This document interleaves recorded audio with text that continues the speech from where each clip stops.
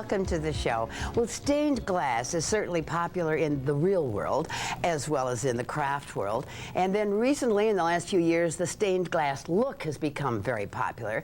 Well, today we're going to talk about and show stained glass mosaic look. And here to share her clever technique with us is Mimi Hooser-Fagnet from the Beadery. And welcome to the show, Mimi. Thank you very much. Now, you don't believe in starting small, do you? Well, this is a large project here, but simple frame. steps. And this uses, what we're talking about is the stained glass mosaic.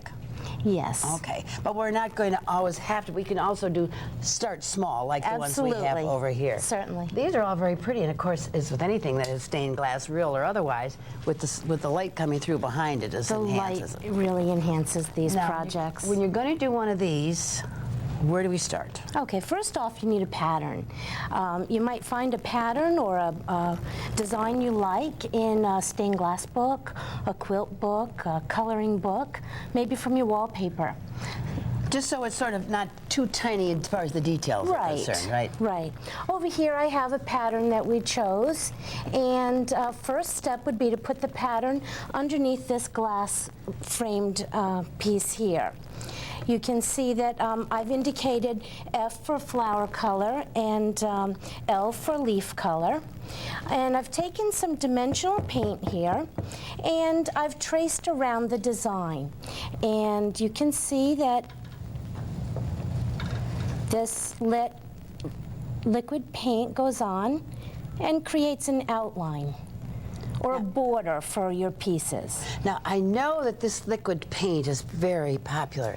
Is this, but I have not used it, is this something that if you do goof and go on, it's easy enough to scrape up and start over again? Well, that's why I have these little Q-tips here. I can just wipe away my mistake. So others do it too, then? It does happen. Okay. I would let that dry, let the outline dry, and then I'd be ready to work with my pieces, my mosaic pieces.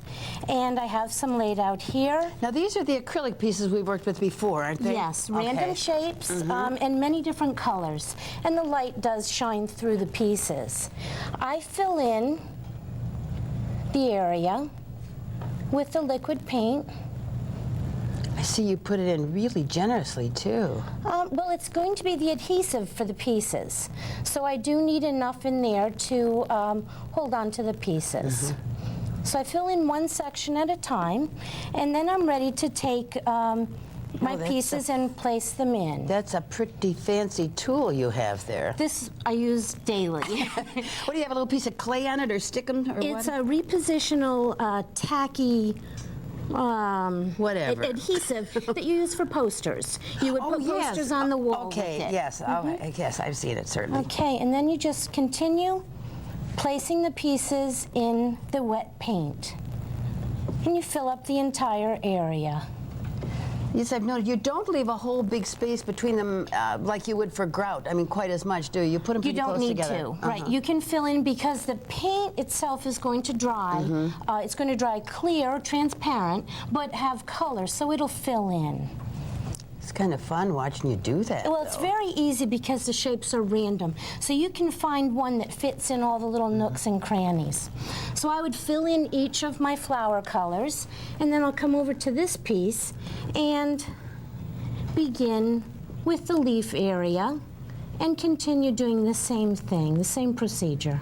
Now, I noticed, too, that when you put the paint on there, it was like an orchid color, and the acrylic pieces are deep purple. But when it dries, did you say that it is transparent? It looks almost the same color, though, what you can see of it. Yes, it works well with the pieces. And I notice over here, with the dried leaves, it's the same thing. That's almost a turquoise there. Right, but it'll dry here nice. It's dark green. And enhance the project.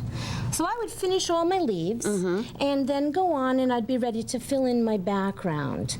My background here could be crystal clear, but bumpy and textured using the textured paint. Another choice in the piece in front of you, you can see I've added a little color. Oh, that's interesting, though, too. It is bumpy and lumpy, kind of. So to do that, I would add a little bit of the colored paint and then fill in the entire background in a swirling pattern. And that's all you do to get the effect that you have over here? Right. It's going to dry clear also. No kidding. But it will do that swirly look. Huh. Isn't that interesting? How long does that take to dry about? Well, overnight usually. Sometimes under the pieces it takes a little longer to dry. Well, let's take a quick look at some of these others. This is the one that's, I guess, like the one you're working on, right? Isn't Absolutely, it? Yes, yep. okay. And in front of that, you can see with the different color choice, it really changes the whole project. And then I noticed, too, we have one up here. Very, very different look to it, but done the same way, I guess, with just the square tiles? Yes, those pieces are another version that are available, and they're transparent. They're not marbleized. Oh, that's it, yes. And they're more geometric in shape. And there I've created a quilt pattern. I love that. Now, that's not all, though, because when we come back, Mimi's going to show us how to use a similar technique to make gilded mosaics. Great. Thank you.